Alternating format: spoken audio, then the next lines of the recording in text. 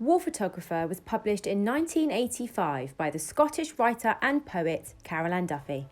Carol Ann Duffy is one of the most admired and famous poets. She was the first and only female poet laureate for the United Kingdom to date. Duffy often engages in really interesting topics such as gender and oppression, and she expresses herself in a conversational language that makes her writing accessible and enjoyable to everyone. Duffy's love for poetry started at an early age, and she began writing when she was 10 years old. She often talks about the two English teachers that strongly encouraged and inspired her poetry. It's said that Duffy was inspired to write War Photographer because she had a friend who was in the job.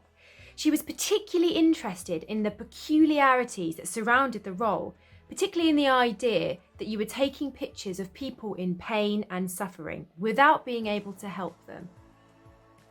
Duffy's combination of tenderness and toughness, humour and lyricism, unconventional attitudes and conventional forms give her the wide variety of audience that she has today and makes this poem in particular very powerful. When talking of her successes, Duffy says that in each poem I'm trying to reveal a truth, so it can't have a fictional beginning.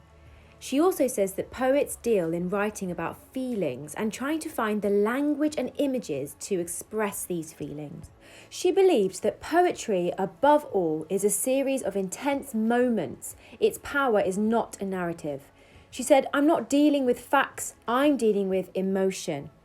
And finally, Duffy says, "I like to use simple words but in a complicated way." Just have a think about these three quotes and let's identify if they're reflected in the poem that we're going to look at today. It's important to take a second and reflect on everything that we've spoken about so far before we read the poem. In the poem, Duffy tells the story of a war photographer developing his photographs before sending to the local newspapers for publishing. It presents the injustice of war and the futility of life for those who are sent to fight in it.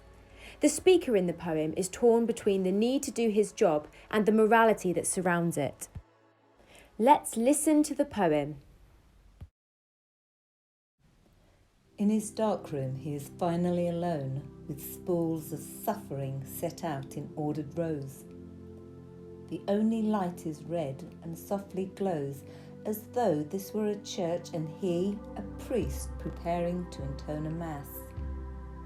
Belfast, Beirut, Phnom Penh, all flesh is grass. He has a job to do. Solutions slop in trays beneath his hands, which did not tremble then, though seem to now. Rural England, home again to ordinary pain, which simple weather can dispel, to fields which don't explode beneath the feet of running children in a nightmare heat.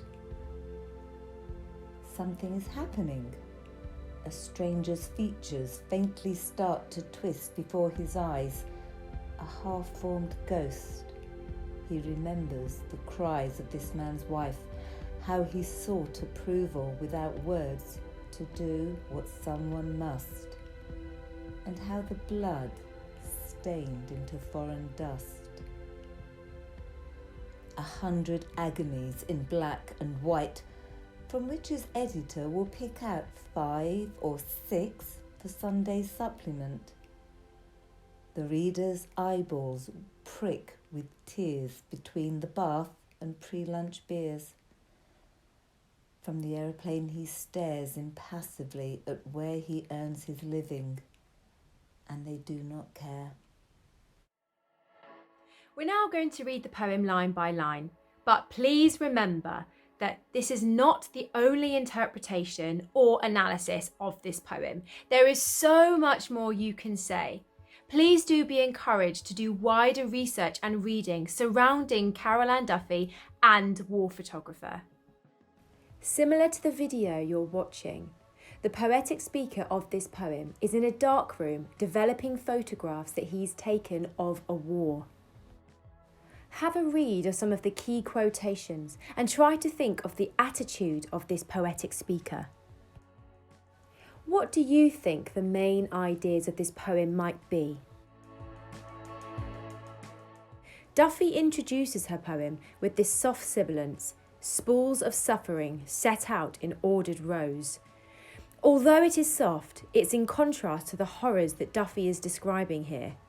The sibilant S could also symbolise a snake, something we usually link to deceitfulness and betrayal.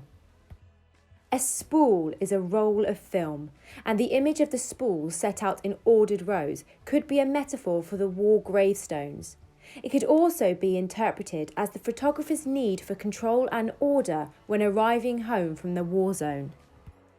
Again, we're presented with quite a conflicted image of a soft red light that's glowing underneath this suffering. The only light here is red, giving off connotations of blood and death. Remember that inside this tray, it contains pictures of pain and destruction. Think about that link Duffy presents us of the man developing his photographs and a priest preparing a mass. There's something very sombre and respectful in quite a ritualistic way about this man developing the photographs of the war zone. The final line in the first stanza lists cities that were sites of war: the Irish and British conflict in Belfast, the civil war in Lebanon, Beirut, and the civil war in Cambodia, Phnom Penh, before commenting that all flesh is grass, a biblical phrase which reminds us of the transience of human life.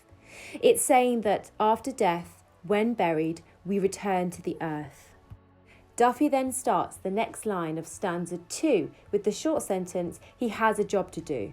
It's almost like the poetic voice is reassuring himself that this is a duty and a job, and he tries to focus his mind back on the job at hand.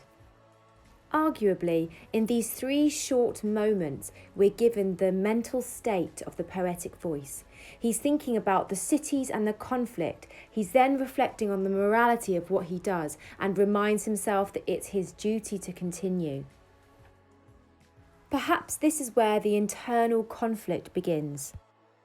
Notice the sibilance here in solution slop in trays. That image of the slopping solutions is quite careless and clunky. Think about why the hands only tremble now. When taking the pictures, the war photographer is doing their job or their duty. It's not until the pictures are developed that the reality of what they have seen forces them to question their morality. Notice that Duffy uses a lot of contrast in this poem. And here where she says rural England, she establishes the contrast between the war-torn setting of the photographer's work and the peace and safety of his rural England, his home. But when reflecting on being home again, we see a struggle with the guilt as he's torn between the morality of not helping those who are suffering and the need to do his job. Duffy describes how the poetic speaker comes home to an ordinary pain. The word ordinary is particularly interesting. Perhaps here the speaker is referencing a relatable pain or the pain that the everyday man may feel. In this comparison, Duffy is again highlighting the brutal reality of war, where she says that ordinary pain could be simply dispelled by weather. That's to say that if the sun comes out, we may feel better. But what Duffy is saying here is that war and war zones are irrevocable and incurable. The pain of war and the suffering that it leaves lasts a lifetime. The long sentence which closes the stanza reflects the way in which the poetic speaker's mind moves from the rational focus of his job to a more emotional and uncontrolled response. The vivid imagery of running children in a nightmare heat clearly recalls the famous photograph by Nick Utz from the Vietnamese War and attempts to get readers to understand the reality of a war that actually happened and conflict that is happening now. Let's all just take a moment to think about the purpose of taking a photograph. It's usually there to capture a moment, to share a memory, and to celebrate something for eternity. The war photographer's purpose is to educate, to inform, and to make its readers aware. But the image here is a representation of a distant life. It's not the lived experience. Thus, we seem so far removed from these black and white images that we become almost immune to what we're seeing. We can look at an image, create a response, but continue with our lives as if nothing has happened. It's this tension between needing to educate but getting readers to actually understand the reality of war that Duffy is keen to promote in this poem. Duffy begins stanza 3 with the simple line, "Something is happening." There are a few layers to this. Something is happening with the photograph. We see the stranger's features start to twist into shape. But in seeing this, something also happens to the person developing the photograph, psychologically or physically, which gives this line a very literal or metaphorical meaning. In the line, "A stranger's features is a half-formed ghost," is particularly interesting. The image here and the suffering that the photographer has seen is haunting him. Perhaps he could have saved this stranger. Duffy also suggests that the guilt he feels will last longer than the story will exist in the papers. The image of the features twisting just represents the absolute pain and suffering seen by the photographer. Think about how helpless he must feel. Helpless because he could have saved this person who was suffering and was in front of him, and helpless because now he's left that person behind and only has the photograph to remind him.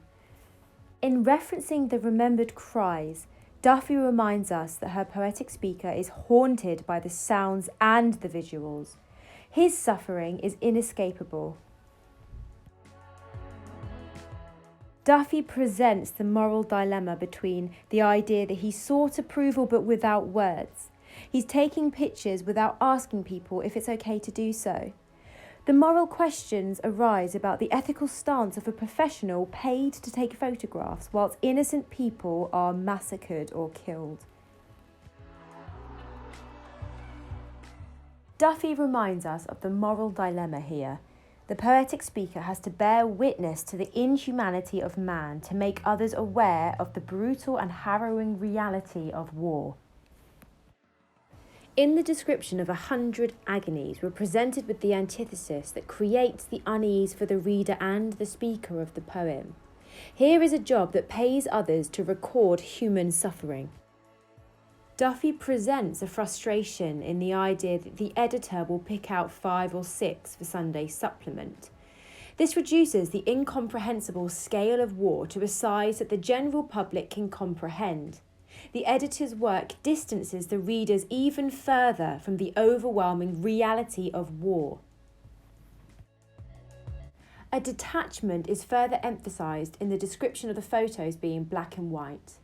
By taking out the colour of the photograph, we're taking out the lived experience yet again, and we're just removing ourselves even further from the reality of what we see presented in front of us. In the final lines of the poem, Duffy describes the reader's eyeballs pricking with tears. This reaction indicates a fleeting, surface-level compassion for the subjects of the images, further reiterating our detachment from it. The respect for the dead shown by the photographer is replaced by a need to sell papers. The description of reading about these stories in the bath or whilst having pre-lunch beers criticises those viewers for their failure to grasp the enormity of war. At the same time, it could also suggest that the photographer's empathy comes primarily from witnessing war firsthand. Notice the internal rhyme of tears and beers. It adds a kind of carefree tone to this image of the reader reading in the bath or whilst having their beers, and further presents our detachment from it. The idea that from the aeroplane the photographer stares impassively is particularly interesting. Notice it's the photographer, not the public, who are staring impassively at the image in front of them. You can really start to imagine how focused that war photographer is on his job as he looks down on the horrors below, whilst in the aeroplane taking the photographs. This further helps us to understand that moral dilemma that the photographer has when looking at the picture he has taken. In the final part of the poem, "They Do Not Care," is just so powerful. It just shows that the scale and horrors of war are so far removed from the reader's own experiences that it is perhaps incomprehensible. We have thus become desensitised to the images and stories of war and conflict. Remember that the whole point of a photographer's job is to help the readers gain an understanding. But when it comes down to it, only the photographer actually experiences war. Only he has first-hand experience of the disparity between life in England and life at war.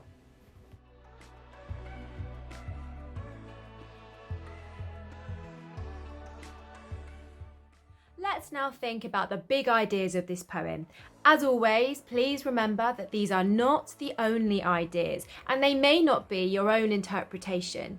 These are here to get you started. Remember also that in your power and conflict cluster, you don't compare poems line by line and you don't compare poetic devices. It's all about those overarching overviews. So here are just a few to get you started.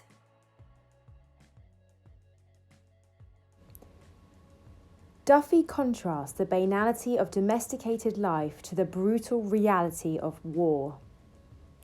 Duffy shows the inescapable psychological effects of war. Duffy conveys an internal conflict as the speaker of the poem struggles with his own morality versus his duty. Duffy presents the transience of life and the futility of warfare.